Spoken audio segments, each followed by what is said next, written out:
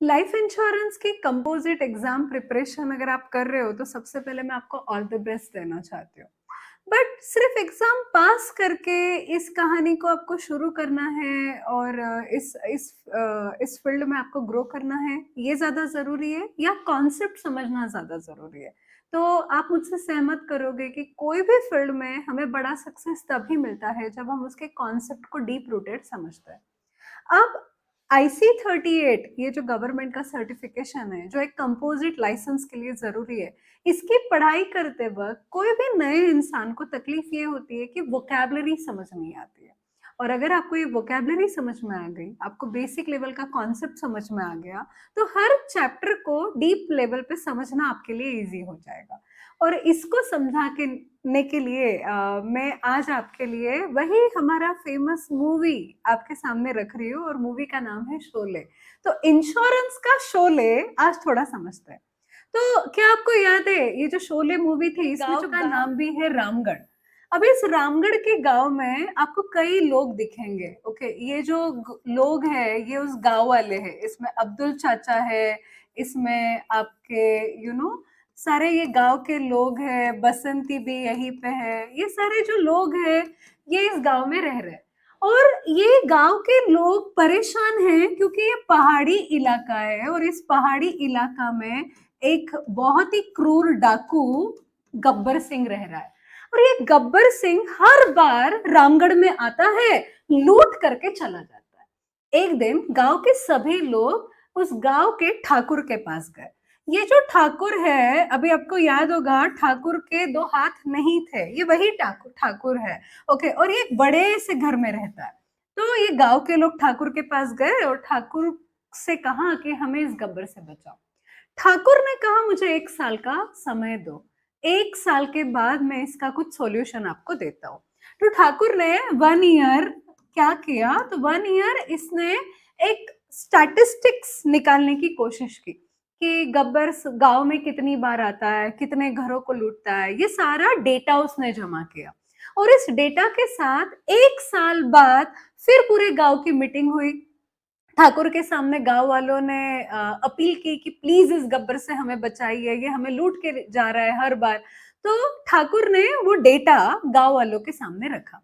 अब ऐसा सोचो, मैं ठाकुर हूँ और आप सभी गांव वाले हो और मैं आपके सामने ये डेटा रखना चाहती हूँ। तो डेटा क्या कहता है? डेटा कहता है कि गांव में टोटल 300 घर है, टोटल 300 घर है। और पता चलता है कि गब्बर जो है, ये गब्बर 1 साल में इन अ ईयर 2 टाइम्स, 2 बार गांव में आता है लूटने के लिए।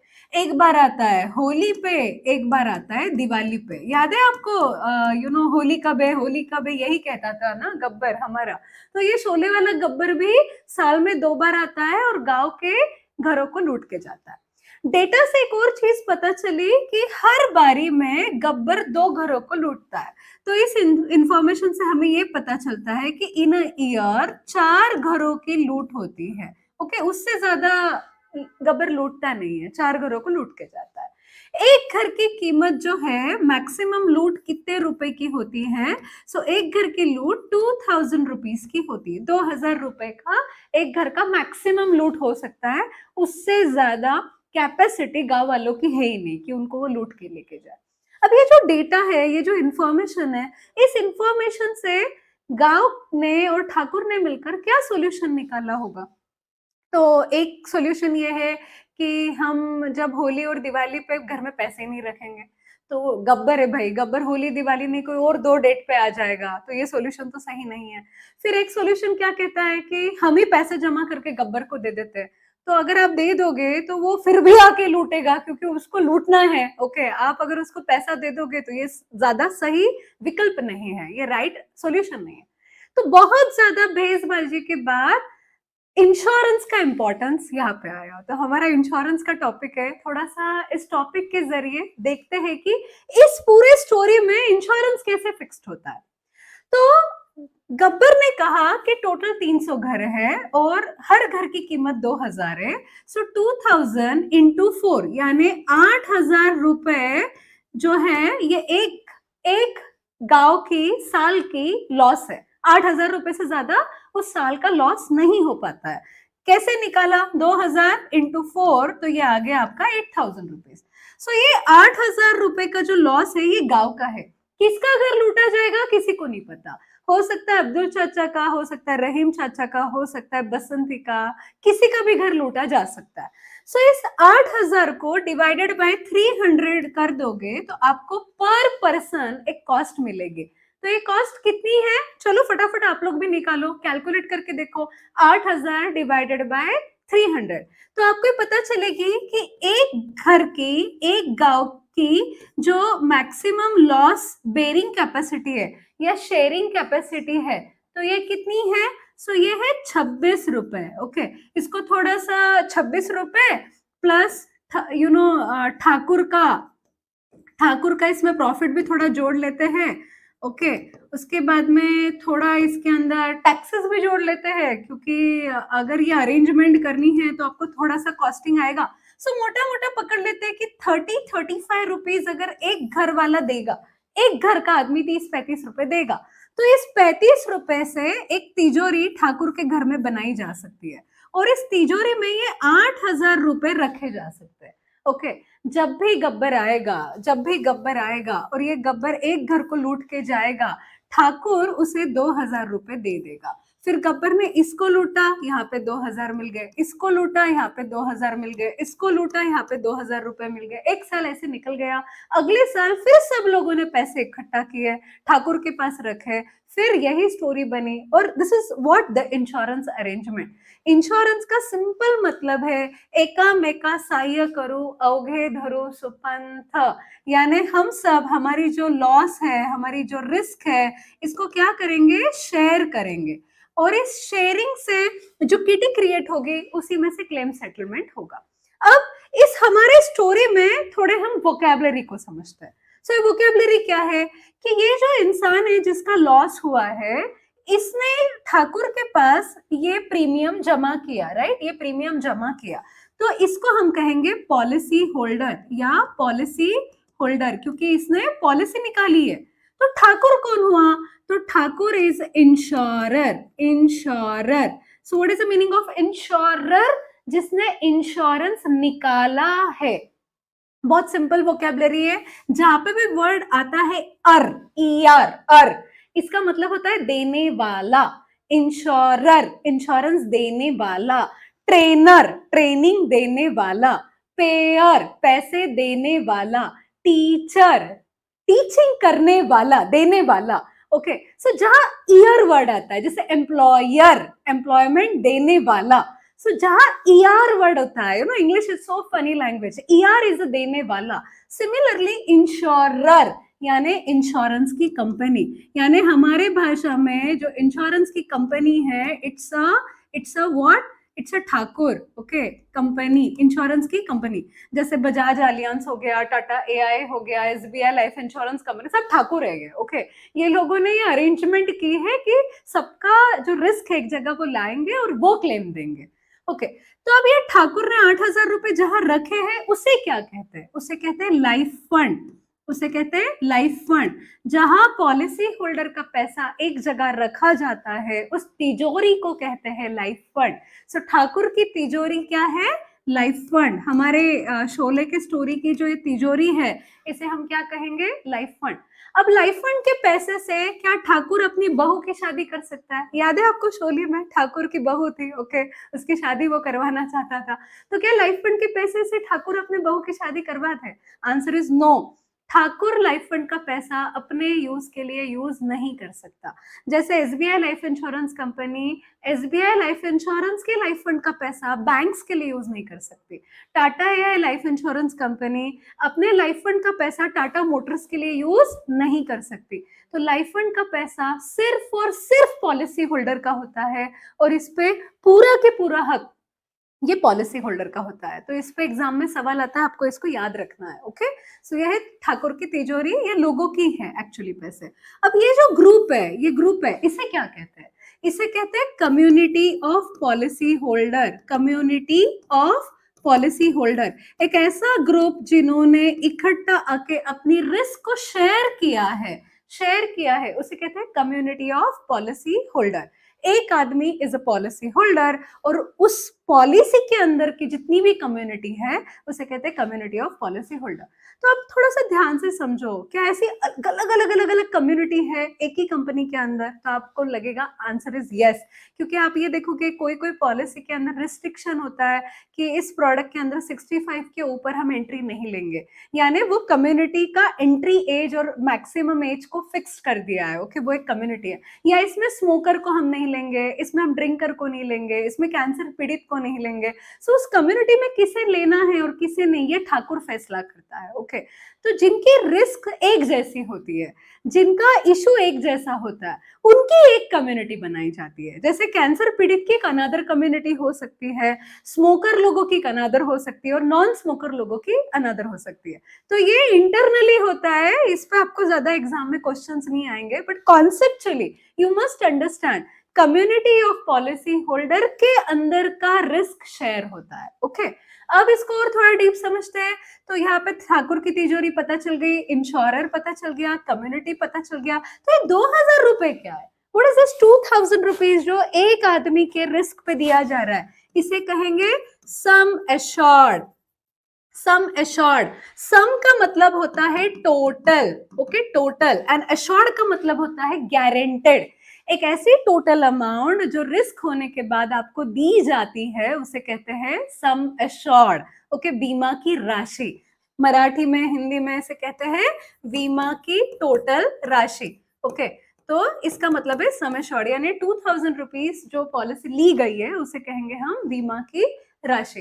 अब ये जो घर है, हो सकता है ये थोड़ा अमीर है वहां का, तो क्या ये ठाकुर को ये कह सकता है कि ठाकुर जी एक काम कीजिए, मुझे 2000 सम एश्योर्ड के जगह आप 3000 सम एश्योर्ड की पॉलिसी दे दीजिए, क्योंकि मेरी रिस्क ज्यादा है, अगर कभी मुझे लूटा जाए तो 3000 का लॉस आ सकता है। तो ठाकुर फिर उससे 3000 के हिसाब से प्रीमियम लेगा और उसका सम एश्योर्ड वहां पे हो जाएगा 3000। पर ये अपनी आज की स्टोरी नहीं, अपने में ये सब लोगों की रिस्क 2000 रुपए की है, तो अभी यहाँ पे ही हम इसे फ्रीज करते हैं। अब ये जो ठाकुर ने 1 साल का वक्त लिया ये डेटा निकालने के लिए, तो क्या आपको लगता है ठाकुर खुद गया होगा है डेटा निकालने के लिए? भाई ठाकुर के दोनों हाथ नहीं है, वो खाना अपने हाथ से नहीं खाता, तो डेटा कहाँ से अपने हाथ से निकालेगा? तो ठाकुर ने एक स्टैटिस्टिक बंदे को अपॉइंट किया और ये वो डेटा निकालता है। तो ये स्टैटिस्टिक्स का जो काम करता है, ये डेटा का स्टडी करता है, उसका नाम क्या है? उसका नाम है एक्चुअरी। ओके, इंश्योरेंस कंपनी में 10 साल, 20 साल, 20, 50 साल का इतिहास स्टडी करके इंश्योरेंस कंपनी को एक डेटा दिया जाता है कि 20 साल के कितने लोगों की डेथ होगी, सुसाइड से कितने लोगों की होगी, हार्ट अटैक से कितने लोगों की होगी, अगर 100 लोगों की कम्युनिटी है तो आउट ऑफ 100 कितने लोग नेचुरल डेथ से जाएंगे, कितने एक्सीडेंटल से जाएंगे। इसका हिस्टोरिकल डेटा पढ़ाई करके एक स्टडी करके स्टैटिस्टिक को इंश्योरेंस कंपनी को एक टेबल बना के दिया जाता है। इस टेबल का नाम है mortality table. Okay, mortality table. Mortality, more का मतलब है मरना, ओके, मरना, जीना मरना का दर उसके अंदर रहता है। सो मरने का या मृत्यु दर, इसे जो एक्चुअल शब्द दिया गया है मृत्यु का दर, यानी 20 साल के आदमी का कितना रेट आपको रखना चाहिए। क्यों? क्योंकि उसकी प्रोबेबिलिटी ऑफ डेथ आने के चांसेस कितने हैं, और 40 साल के एज का प्रोबेबिलिटी ऑफ डेथ आने का चांसेस कितना है, ये मॉर्टैलिटी टेबल पे इंश्योरेंस कंपनी को दिया जाता है। ये देने का काम कौन करता है? एक्चुअरी। सो एक्चुअरी मैं आपको अगर समझाऊं सिंपल भाषा में, एक ऐसा इंसान जिसको कैलकुलेशन बहुत अच्छे से समझ में आता है, जो हिस्ट्री की पढ़ाई करता है और उसको स्टैटिस्टिक्स समझ में आता है, और ये मॉर्टैलिटी टेबल वो बना के वो एक फ्यूचर का प्रिडिक्शन कर पाता है कि कितने लोगों की डेथ होगी। तो दिस इज कॉल्ड एक्चुअरी। ये काम कौन करता है? एक्चुअरी। आपको एग्जाम में सवाल आएगा, एक्चुअरी कौन सा टेबल बनाता है? तो मॉर्टैलिटी टेबल बनाता है। लाइफ इंश्योरेंस कंपनी के लिए वो मॉर्टैलिटी टेबल बनाता है, और हेल्थ इंश्योरेंस कंपनी के लिए वो मॉर्बैलिटी टेबल बनाता है। मॉर्बैलिटी, मॉर्बैलिटी का अर्थ है आरोग्य दर। ओके, आरोग्य दर यानी बीमार होने की प्रोबेबिलिटी कितनी है। ओके, तो ये दोनों अलग अलग टेबल ये किसको देता है? इंश्योरेंस कंपनी को, ठाकुर को देता है। अब ये भाई कौन है? ये गब्बर कौन है? तो गब्बर ये घटना है। ओके, ये पेरिल है। पेरिल, PERIL, पेरिल, पेरिल का मतलब है घटना। जैसे डेथ क्या है, डेथ पिरिल है। एक्सीडेंट क्या है, एक्सीडेंट पिरिल है। आप गब्बर को रोक नहीं सकते, वैसे मृत्यु को रोक नहीं सकते, एक्सीडेंट को रोक नहीं सकते, बीमार होने को रोक नहीं सकते, भूकंप को रोक नहीं सकते। So no insurance company can stop peril. Okay, हम घटना को रोक नहीं सकते, घटना तो होगी आज नहीं तो कल। सो पेरिल ये जो है ये गब्बर है। ओके, गब्बर नुकसान नहीं दे रहा, गब्बर के वजह से होने वाला जो लूट है ना वो नुकसान दे रहा है। सिमिलरली मृत्यु इज नॉट डेंजरस, वो तो होने वाला है आज नहीं तो कल। मृत्यु के वजह से जो फिनेंशियल लॉस होता है किसी फैमिली को, के फिनेंशियल लॉस, वो जो है वो रिस्क है। Okay, that's a risk. Okay, वो धोखे है। तो हिंदी में इसे शब्द है धोखा और इसे कहते हैं घटना। तो हमेशा याद रखना, हम पेरिल को रोक नहीं सकते, no one can stop peril. हम घटना का जो इम्पैक्ट है, जो रिस्क है, उसे क्या करते हैं, उसे ट्रांसफर करते हैं। सो एग्जाम्पल, ये जो धोखा है, ये जो रिस्क है, ये 2000 की जो रिस्क है, ये रिस्क इस हर गांव वाले के सिर पे बैठ के उसका सिर खुजा रही है। ओके, सोच, लूट हुई तो क्या होगा, लूट हुई तो क्या होगा। अब ये जो बंदर है जो सिर खुजा रहा है, गांव वाले ने क्या किया, गांव वाले ने एक छोटा सा प्रीमियम भर दिया। ओके, इसको कहेंगे हम प्रीमियम। इसको क्या कहेंगे हम, प्रीमियम। इस प्रीमियम से इन्होंने ठाकुर के पास एक पॉलिसी निकालकर ये सम एश्योर्ड लेकर इस बंदर को ठाकुर के मत्थे पे रख दिया कि भाई ये 30 रुपए ले ले, 26 रुपए ले ले, प्रीमियम ले ले, ये बंदर तू संभाल, अगर कभी ऐसी घटना मेरे जिंदगी में आएगी तुझे 2000 देना पड़ेगा। तो ठाकुर क्या अपने जेब से दे रहा है? नो, ये कम्युनिटी ऑफ पॉलिसी होल्डर से दे रहा है। सब लोग इकट्ठा मरते नहीं, सब लोगों के घर में लूट होती नहीं। किसकी लूट होगी किसी को पता नहीं, पर जिसकी भी लूट होती है ठाकुर का काम होता है उसे इस पूल में से, इस लाइफ फंड में से क्लेम देने का। ओके, तो ये पूरा एक अरेंजमेंट है। ओके, ये कोई रिलीजन नहीं है जिसको आप और मैं बिलीव करें।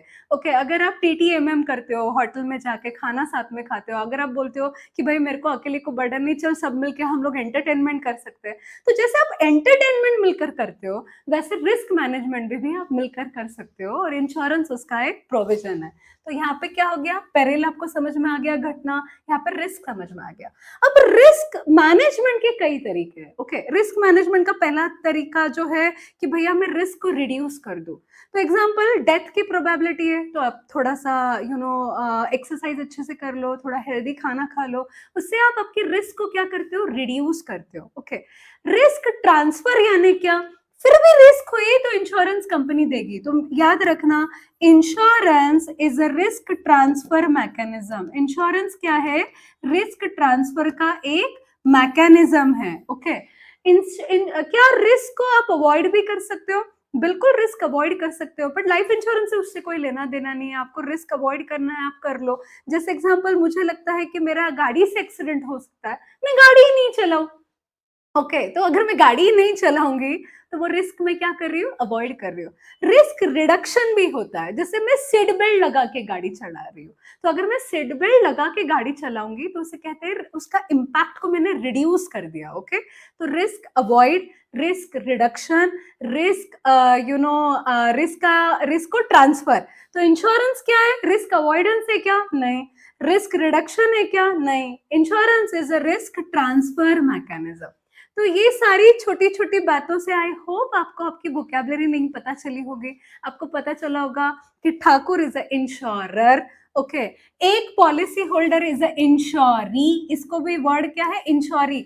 Again English is so funny. Okay, ER का मतलब है देने वाला, तो डबल E का मतलब है लेने वाला। जैसे एम्प्लॉई, पेई, ओके, ट्रेनी, तो हर जगह ये डबल E आ रहा है तो वो लेने वाला है। ओके, तो इंश्योरी is a policy holder, insurer is a company, life fund तिजोरी जहां पे सबके पैसे आते हैं, जहां से क्लेम जाते हैं।